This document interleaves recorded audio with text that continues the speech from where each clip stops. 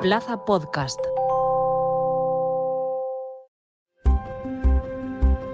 La entrevista de Alicante Plaza. Esta semana tenemos con nosotros en la entrevista de Alicante Plaza a Enrique Martínez, jefe de la sección internacional de la Reserva Federal de Dallas. En el año 2023 fue nombrado banquero del año gracias a su estudio sobre la detención prematura de la burbuja inmobiliaria. ¿Qué tal, Enrique? ¿Cómo estás? Encantado de estar contigo, Jorge. Muchas gracias. A ti igualmente es un placer. Oye, esto no lo tenía en el guión, ¿no? Ha sido improvisado justo antes de empezar la entrevista y bueno, lo voy a contar así, ¿no? Cuando cerré la entrevista, pues a un colega le comenté, oye, voy a entrevistar al jefe internacional de la Reserva Federal de Dallas, ¿no? Y él se quedó así un poco como desencajado, ¿no? Porque decía, si Dallas no tiene moneda propia, ¿no? Es decir, ¿cómo va a tener una propia Reserva Federal, ¿no? Explícanos eso, ¿no? Es decir, ¿cómo funciona exactamente el sistema bancario en Estados Unidos, ¿no? ¿Por qué Dallas tiene, por así decirlo, una Reserva Federal propia? Mira, para hacerlo simple y explicarlo de una manera práctica, usaré la analogía del Banco Central Europeo y su relación con los bancos centrales nacionales.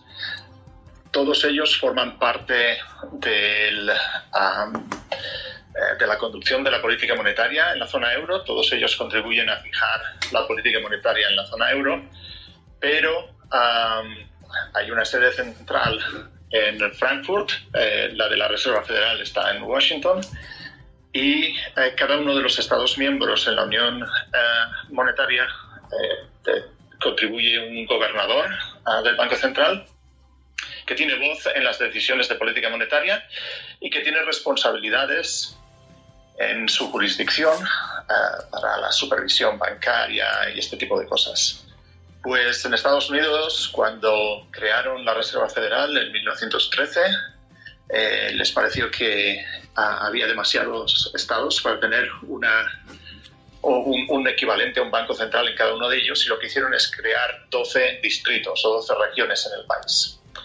La Reserva Federal de Dallas sería el equivalente al Banco de España, pero nosotros supervisamos la zona de Texas, el norte de Luisiana y el sur de Nuevo México. Y por cierto, curiosidades de la historia. Al principio, en los primeros años del siglo XX, en realidad la regulación federal permitía a estas delegaciones o a estos bancos de distrito emitir su propia moneda. Entonces, para aquellos interesados en coleccionar moneda, puedes encontrar billetes emitidos por el Banco de la Reserva Federal de Dallas. Ajá. Pero solo hasta 1945. Oye, qué interesante, ¿eh? No, ya veo a los aficionados, ¿no? a las monedas buscar en internet, ¿no? Les has puesto los dientes largos, con ese dato histórico. Bueno, a juzgar por tu acento, pues llevas bastantes años ya en Estados Unidos, ¿no? Llevas 15 años, si no me equivoco, ¿no, Enrique? 15 años solo en Dallas. Si contamos la maestría y el doctorado, son más de 20. Media vida. Media vida, no, pues mira, mejor me lo pones, ¿no? Te quería preguntar qué diferencias culturales, sociales, ¿no? A nivel de idiosincrasia, pues has notado entre Estados Unidos y España.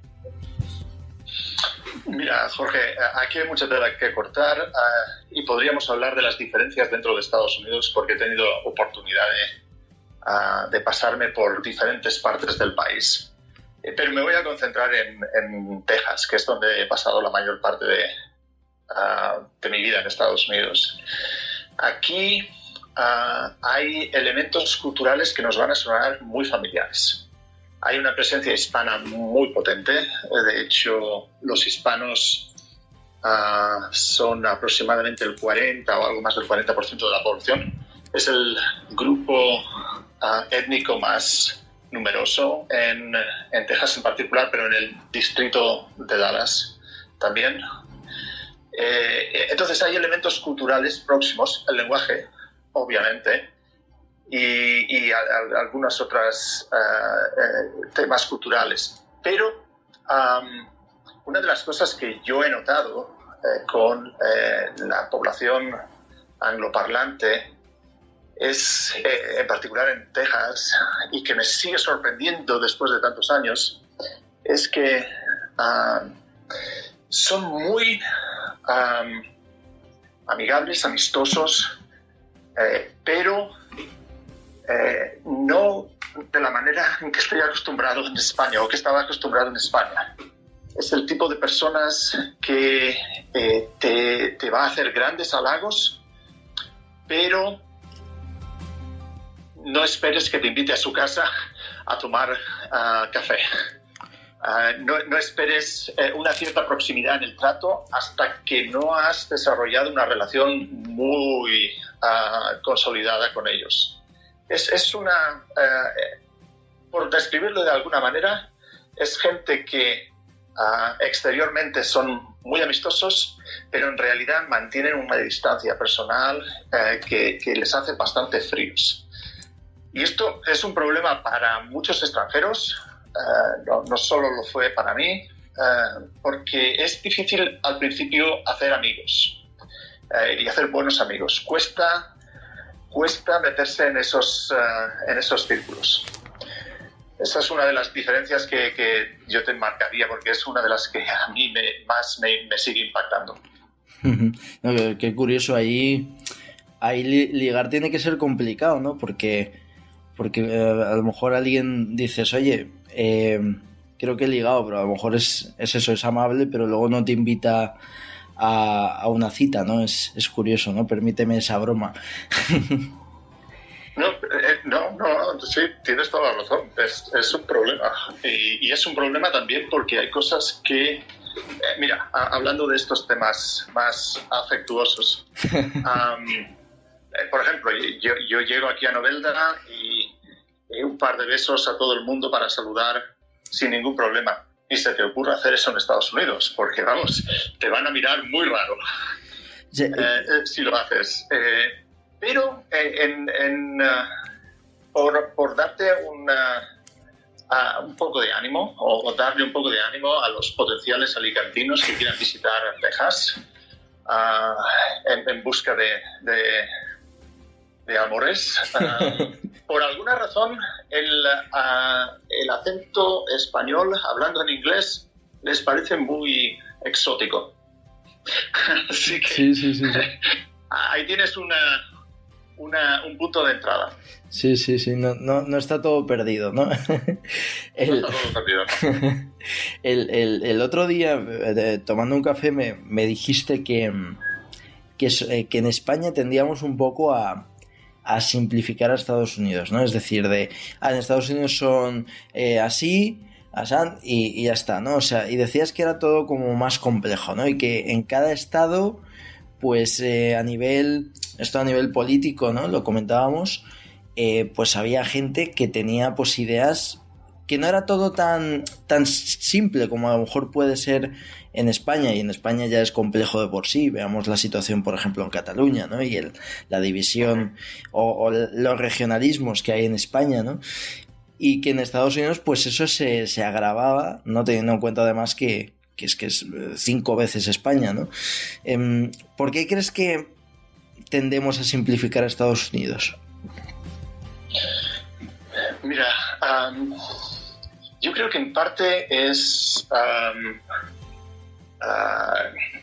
en parte se debe a que me da la impresión que existe un sesgo a la hora de comunicar o hablar de Estados Unidos. Parece que todo es una exageración, obviamente, lo que voy a decir, pero parece que la mayoría de los corresponsales comenten siempre las mismas noticias y siempre las mismas noticias desde el mismo punto de vista, aunque en principio la línea editorial sea diferente en los medios en los que trabajan. Existe también una imagen que nos hemos creado de Estados Unidos que es la que ellos nos han vendido. Porque muchas personas, la impresión que tienen de Estados Unidos y de la vida en Estados Unidos es o la que ven en las noticias, leen en las noticias, o la que ven en las películas.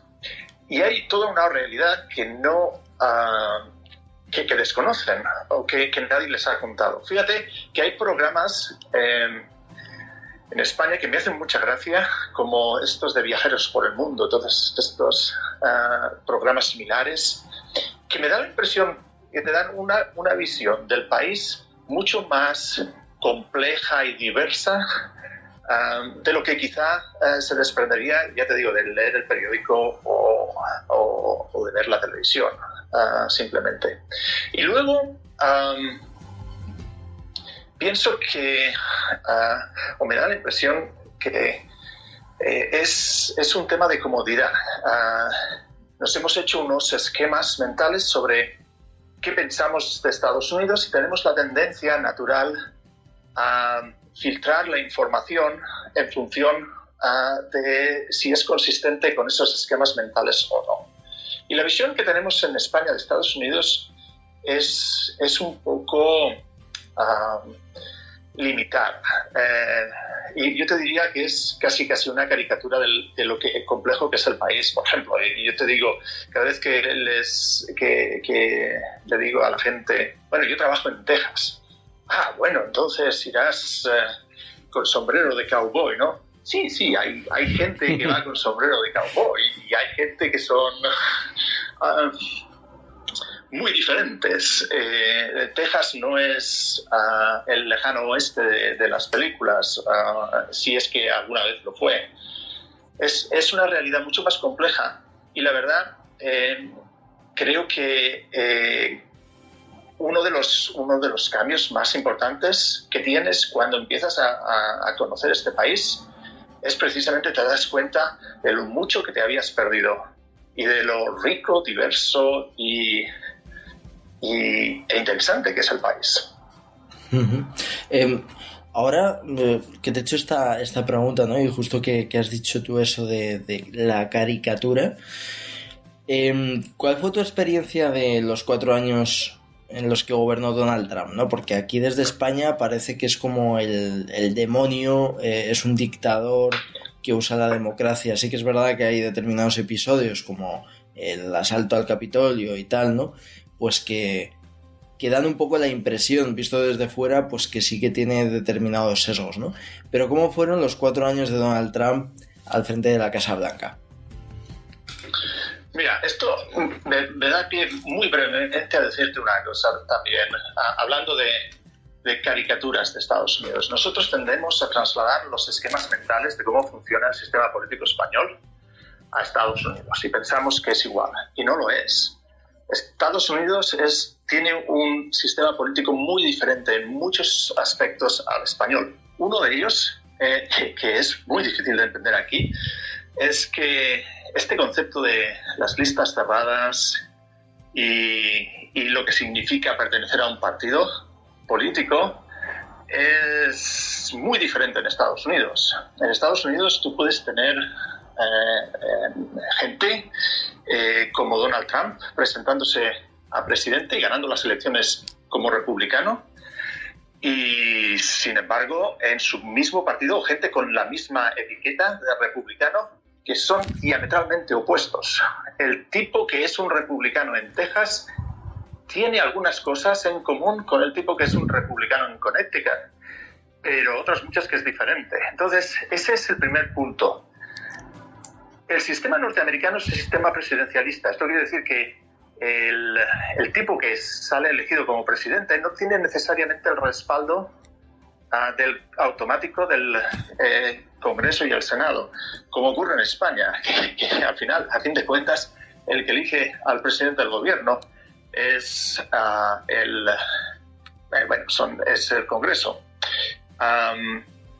¿Qué pasa?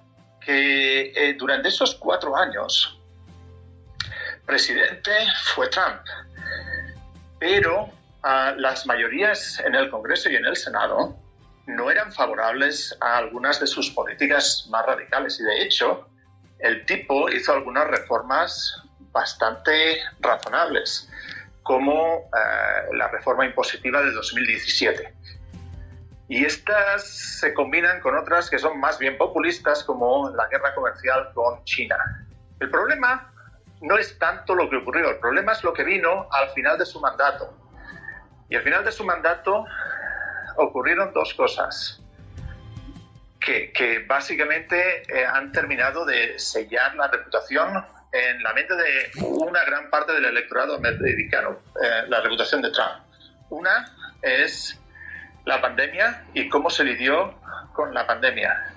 La otra es cómo la polarización política terminó en este escandaloso asalto al Congreso del 6 de enero, que todavía muchos americanos no acaban de creerse. Y lo digo no porque lo nieguen, sino porque no entienden cómo es posible que una democracia consolidada como la norteamericana haya permitido este tipo de cosas o haya derivado en este tipo de cosas. La visión del presidente Trump, sin embargo, corre en paralelo. O lo adoras o lo odias. Pero término medio, este tipo no deja indiferente a prácticamente nadie. ¿Y qué es lo que está ocurriendo? En realidad, en Estados Unidos, las elecciones para presidente se van a dirimir en unos pocos estados. La mayoría de los estados tienen un claro ganador casi de antemano. Por ejemplo, en Texas es muy improbable que el candidato demócrata gane las elecciones. Pero qué pasa en Arizona puede ser crucial para el control del Senado, así como para el control del colegio de electores, que son los representantes de los estados que en última instancia van a elegir al presidente. Y este tipo de estados, como Arizona, Pensilvania, quizá Wisconsin y algún otro más, están muy ajustadas las estadísticas o las encuestas. Es difícil saber, pero tiene bastantes probabilidades de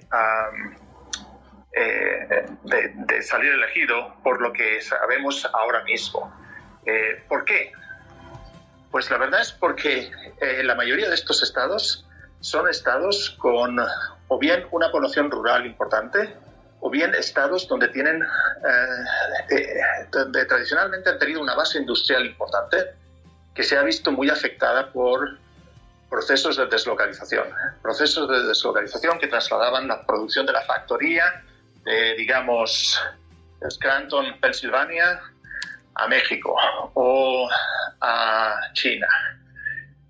Esto la situación se agravó con el proceso inflacionario de los últimos 2 o 3 años, que ha afectado muchísimo a las familias y especialmente las familias de recursos más modestos, familias trabajadoras. Y lo sorprendente de esto es que en Estados Unidos la franja que va a decidir realmente, o que es probable, por lo que sabemos ahora mismo, si las elecciones fueran ahora, que decidiría quién gana esas elecciones, es la franja de trabajadores tradicionales de fábrica o rurales, blancos de mediana edad. Si esa gente se siente desamparada o desatendida, o siente que, y son muchos los que así piensan, que la administración del presidente Biden no les ha servido o no les ha tratado lo suficientemente bien, no les va a importar votar por Trump. Y de hecho, muchos de ellos te dirán, nos dicen, bueno, con Trump se vivía mejor. Así que ahí está el meollo de la cuestión. Sí, mira, has dado en la clave, ¿no? Para hacerte la siguiente pregunta, ¿no? Lo de con Trump se vivía mejor. En una entrevista que te hicieron recientemente, pues decías que bueno, que a los políticos en los 90 les queda claro pues que la clave es la economía, ¿no? De ahí viene la frase de es la economía estúpido, ¿no? Pero sí que es verdad que han pasado pues en los últimos años en Estados Unidos como eco, ¿no? Siempre se pone a Estados Unidos como referente en las democracias, en los sistemas políticos, pues que Donald Trump, por ejemplo, pese a la pandemia, la economía iba bien, y sin embargo perdió las elecciones. Con Joe Biden ahora la economía va muy bien y sin embargo, pues lo que tú has dicho, ¿no? Hay muchas opciones de que gane Donald Trump, ¿no? ¿A qué se debe este cambio de paradigma? ¿Ha dejado de ser la economía el elemental para el votante? Es cierto que la economía es importante cuando las cosas van realmente mal. Y podemos hablar un poco más en general, pero, por ejemplo, cuando le dijeron al presidente George Bush, el padre, aquello de es la economía estúpido, esto fue en un momento en el que la economía de Estados Unidos había entrado en recesión. Este no fue exactamente la situación, una situación análoga a la de Trump, pero tiene alguna similaridad, porque ¿qué es lo que ocurrió en el 2020? Que Trump se enfrentó a un proceso electoral en un momento en el que, aunque no le gustasen algunas de las cosas que terminó haciendo su administración, él tuvo que sacar adelante políticas que fueron muy impopulares a los pocos meses y que complicaron la vida a muchos trabajadores, precisamente en el tipo de estados que necesitaba ganar. Los mismos estados básicamente que te he mencionado antes, Pensilvania siendo el arquetipo de esto. El tipo ganó las elecciones en 2016 porque convenció a los suficientes ciudadanos de Pensilvania que necesitaban un revulsivo y un cambio de dirección en la economía. En 2020 se presentó con una economía débil, aunque se estaba recuperando ya de lo peor de la recesión provocada por, pues en realidad por la sobrereacción a la pandemia a principios del 2020. Y esta economía con incertidumbre es lo que le costó, o es uno de los factores principales que le costó el puesto en las elecciones de noviembre de ese año. Entonces, la economía hasta cierto punto sigue importando, pero suele ser un factor más prominente en determinados estados donde la situación económica puede haberse deteriorado mucho más que la general, o es más importante en periodos en los que realmente hay una crisis económica o hay un problema económico serio que se percibe como tal por el electorado. Porque si no, en general, la tendencia, y por cierto, estoy hablando de todo esto, déjame que te diga, a título completamente personal, como un observador externo, como un español que vive en Estados Unidos, no como representante de la FED, pero me da la impresión que en general el americano promedio, si las cosas del comer le van bien, no le interesa tanto el cambio político, y esto sigue siendo cierto. Uh-huh. Es interesante, ¿no? Porque hablabas ahora de electores, ¿no? Pero sí que es verdad que sobre todo en España, ¿no? Aquí vemos, pues en España, como pues el gobierno dice pues que la economía, esto además se está diciendo mucho, ¿no? Yo creo que empezó diciendo Pedro Sánchez y ahora están todos los ministros diciéndolo, ¿no? La economía va como un tiro, ¿no? En cambio, sin embargo, la oposición se encarga de decir que no, que la economía no va bien, ¿no? Claro, los políticos aprovechan de que por mucho que la economía sea determinante, y ahí ya has dado tú en el clavo, ¿no? De las cosas de comer, ¿no? Oye, si a lo mejor, y una cosa muy, muy simple que Ayuso supo pues muy bien proyectar, si yo a lo mejor no tengo dinero para irme pues de terrazas, pues a lo mejor eso quiere decir que la economía de verdad va mal, ¿no? Pero sí que es verdad que cuando uno va por España, pues las terrazas están llenas, ¿no? Es decir, ¿crees que los políticos se aprovechan de que no entendemos los índices las personas de a pie? Es decir, que no somos economistas como tú y no sabemos de verdad qué índices son buenos y cuáles son malos, quién nos miente y quién nos dice la verdad. Mira, a mí me gusta una frase que creo que tradicionalmente se ha atribuido a Winston Churchill, que decía algo así como, estoy parafraseando, algo así como, hay diferentes tipos de estadísticas y luego están... hay diferentes tipos de mentiras y luego están las estadísticas.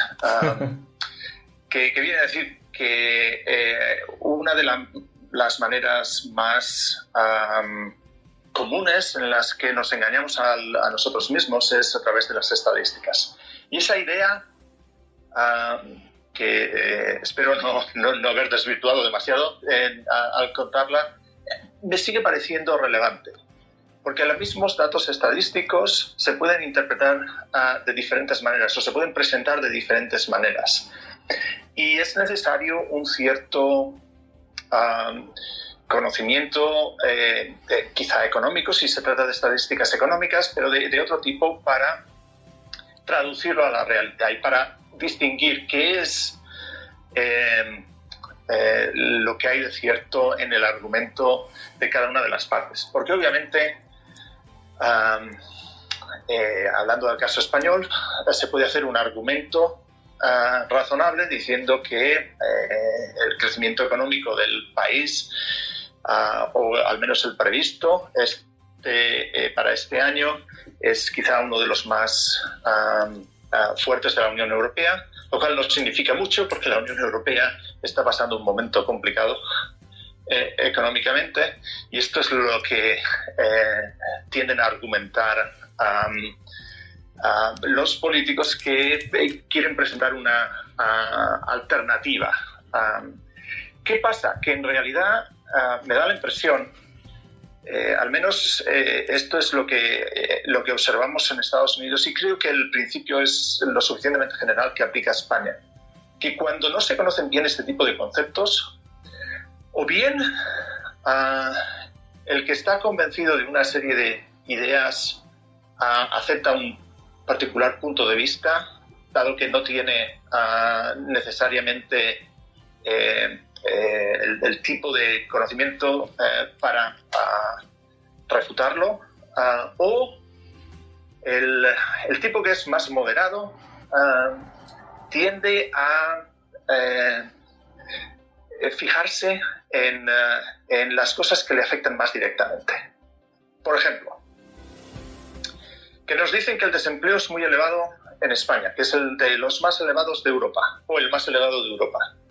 Estadísticamente esto es un dato cierto, pero ¿conozco yo a alguien en mi familia que esté desempleado? ¿Cómo va la cosa? Mi percepción del desempleo va a estar afectada por si mis hijos no encuentran trabajo o si todos ellos están empleados.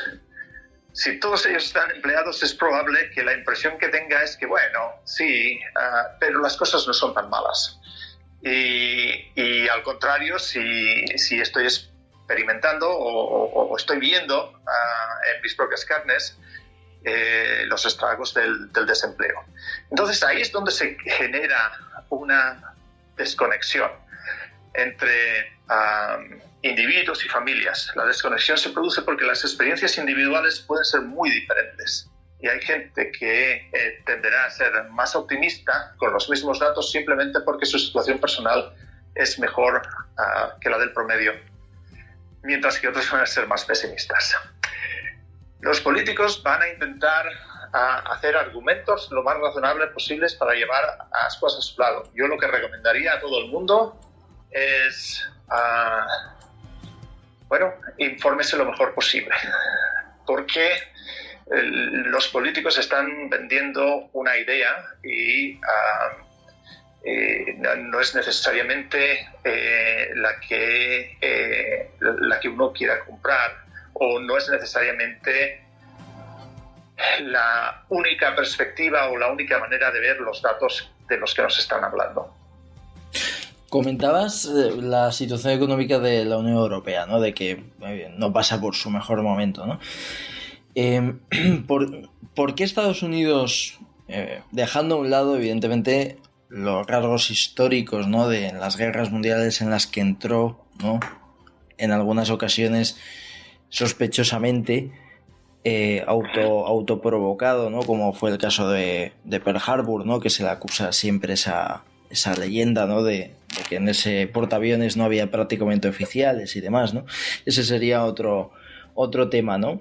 Pero ¿por qué Estados Unidos a día de hoy es la primera potencia mundial? Es decir, ¿qué hace bien Estados Unidos para estar donde está y que otros países pues no consiguen alcanzarle, ¿no? Mira, te voy a dar una serie de pinceladas. Voy a intentar conectarlas lo mejor posible, pero este también es una pregunta buenísima y es un tema que quedaría para uno y varios podcasts más. El primer tema que te voy a mencionar es, y ya sé que me has pedido que no me haga referencia a la historia, así que voy a ser muy breve. No, lo que quieras. Históricamente, las grandes potencias hegemónicas generalmente caen o son desplazadas cuando hay un competidor claro que les es capaz de desplazar. Al Reino Unido le pasó en el siglo XX con Estados Unidos. ¿Quién es el competidor? La idea era que fuese la Unión Europea, pero la Unión Europea tiene problemas serios. Entre ellos, una de las claves del éxito de Estados Unidos, que es que la economía europea, por lo contrario, que es que mientras la economía europea tiene problemas de competitividad, y de movilidad en su mercado laboral interno, no me refiero solo dentro de cada uno de los países, sino cruzando fronteras dentro de los diferentes países de la Unión, mientras que en Estados Unidos es lo contrario.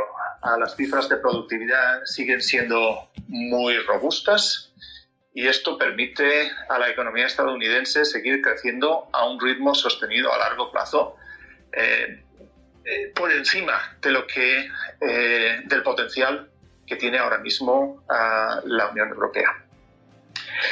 Y la otra gran alternativa, en términos económicos. En términos geopolíticos puede haber otro tipo de rivalidades que se fundamenten en la fuerza de las armas y podríamos hablar de eso también. Pero en términos económicos, la otra gran competencia está en Asia y en particular China, por una parte, y el otro país que tendríamos que tener en mente, que es India.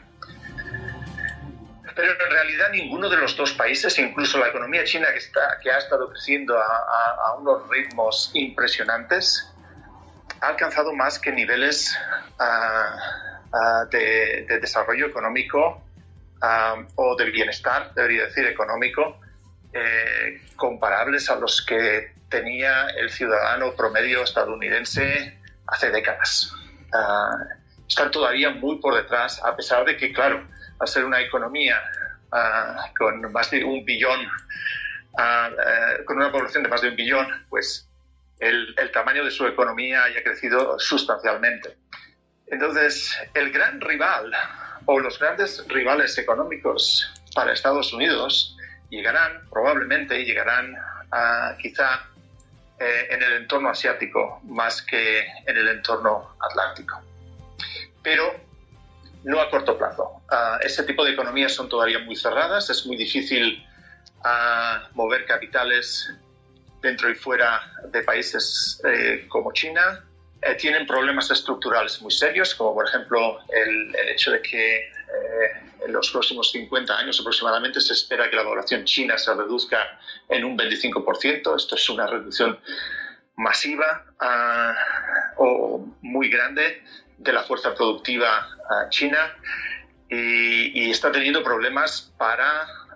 una cosa es crecer por imitación y otra cosa es generar innovaciones propias. Aquí hay empresas punteras en China, no nos engañemos, pero siguen muy por detrás porque la sociedad china y en particular la economía china no está pensada para favorecer la innovación. Así que esto presenta un marco en el que en realidad los competidores se lo están poniendo fácil a Estados Unidos. Y una de las pruebas, o una de los datos que te comentaría, o uno de los indicadores, quizás esa sea la manera mejor de entenderlo, es el papel que juega el dólar todavía como reserva internacional. Básicamente ha cambiado un poco la composición de las reservas internacionales a escala mundial, pero todo el mundo sigue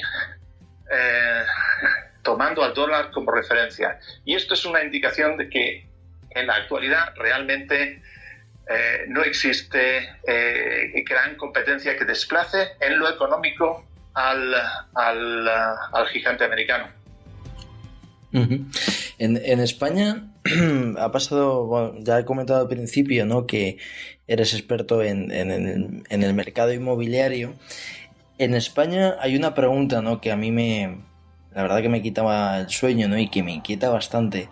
Recuerdo en el año 2008, ¿no?, que era yo pequeño, y fíjate que todavía me acuerdo, ¿no?, y me acuerdo de esos comentarios que se hacían, ¿no?, de que el boom inmobiliario fue como consecuencia, pues, de que había más casas que compradores, ¿no? Es decir, entonces, pues al final las casas se tuvieron que comer con patatas, ¿no?, hablando coloquialmente, ¿no? Ahora ha pasado una cosa muy graciosa, ¿no? Y permíteme esta simpleza, ¿no? Pero es como si de repente la población española se hubiese multiplicado, ¿no?, se hubiese doblado, cosa que no ha pasado.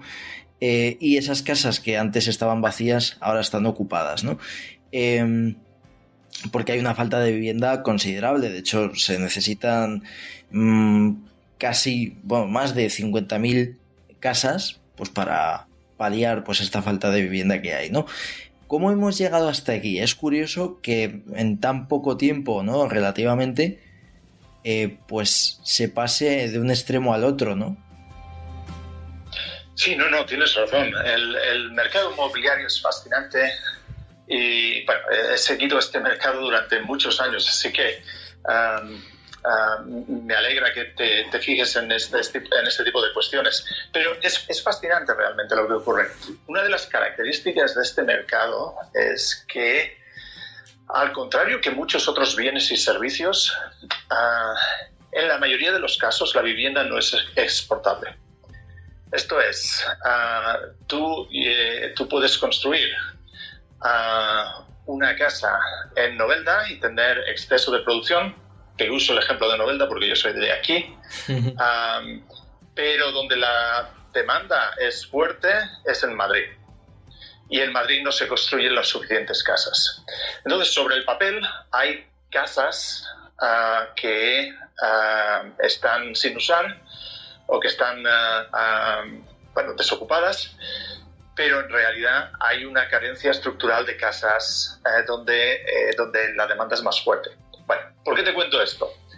Porque uno de los problemas de la burbuja financiera en España, inmobiliaria en España, a mitad de la década del 2000, fue que se construyó mucho pensando en el inversor y el europeo de Alemania, de Inglaterra, que quería comprarse una segunda residencia en la costa. Entonces, si uno se fija en los datos concretos, dónde estaban esas casas desocupadas, muchas de ellas se encontraban en zonas donde el consumidor o el comprador, en este caso, se esperaba que fuera extranjero, o se esperaba que fuera como una inversión o segunda residencia.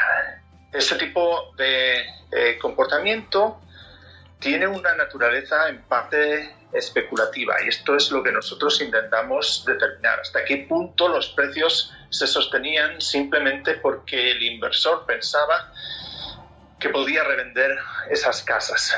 Eso pasó hace 15 años, o pasaba hace 15 años, en un contexto en que los tipos de interés eran favorables y en que había una cierta laxitud en la concesión de créditos que luego pagaron muy seriamente algunas de las instituciones financieras de nuestro país, en concreto algunas de las cajas de ahorros, por ejemplo, más importantes de nuestro país. ¿Qué es lo que está pasando ahora? Ahora hay una mayor cautela, hay menos casas disponibles, hay evidencia de que en zonas de costa el flujo de inversores hay cierta evidencia que el flujo de inversores y de compradores de segunda vivienda ha vuelto a fortalecerse. Entonces, la demanda sigue fuerte y no hay los mismos problemas de desocupación, o no parece haber los mismos problemas de desocupación que observábamos hace 15 años.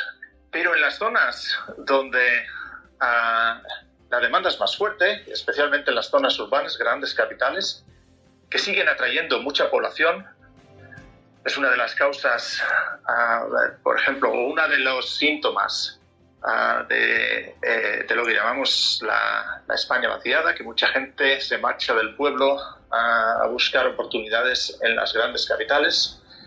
Ahí es donde existe limitaciones de oferta, quiere decir que no se ha construido lo suficiente para atender esta demanda. Esto combinado con una inmigración que en los últimos años ha sido bastante fuerte. Gente que procede de otros países que se ha lanzado a cruzar el Atlántico o a cruzar el Mediterráneo para buscar oportunidades en España, y que también se encuentran con un mercado inmobiliario muy rígido, donde no hay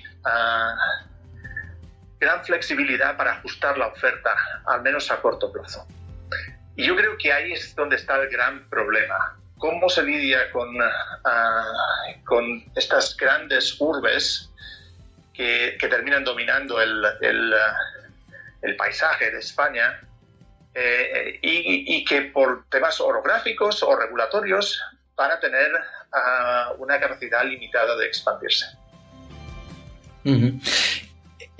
Para terminar, Enrique, todo empieza en el año, había puesto 2007 y tú me has corregido, ¿no? Lo de la beca es en el año 2000. Todo empieza en el año 2000 con una beca concedida por el Banco de España. Mi pregunta es, ¿te planteas recalar en la institución bancaria española, pues un poco como para devolver la apuesta que tuvieron contigo en un futuro, a largo plazo? Mira, Jorge, me alegra mucho que me hagas esa pregunta, porque la verdad es que yo estoy enormemente agradecido tanto al Banco de España como también te diré a la Universidad de Alicante. De hecho, aprecio muchísimo tanto la educación que recibí en la Universidad de Alicante, que ha sido esencial en mi carrera. Ahí es donde están los fundamentos o los principios de todo, pero también al Banco de España por la concesión de una beca de ampliación de estudios en el extranjero, que es lo que me permitió dar el salto primero a la Universidad de Pensilvania, de conseguir una maestría, y en última instancia a la Universidad de Wisconsin-Madison, donde me doctoré.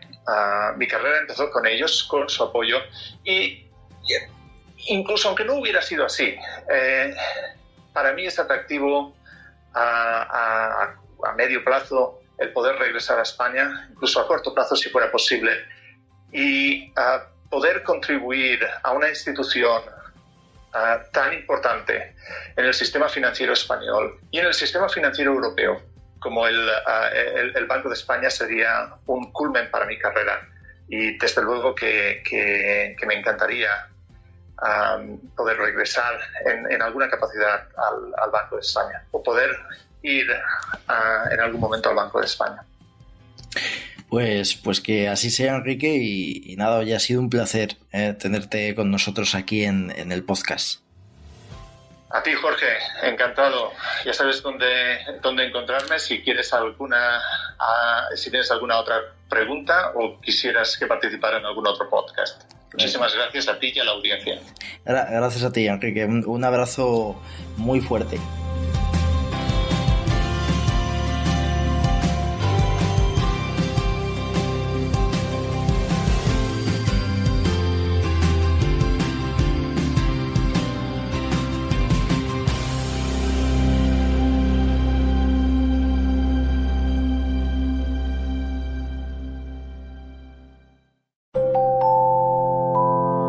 Plaza Podcast.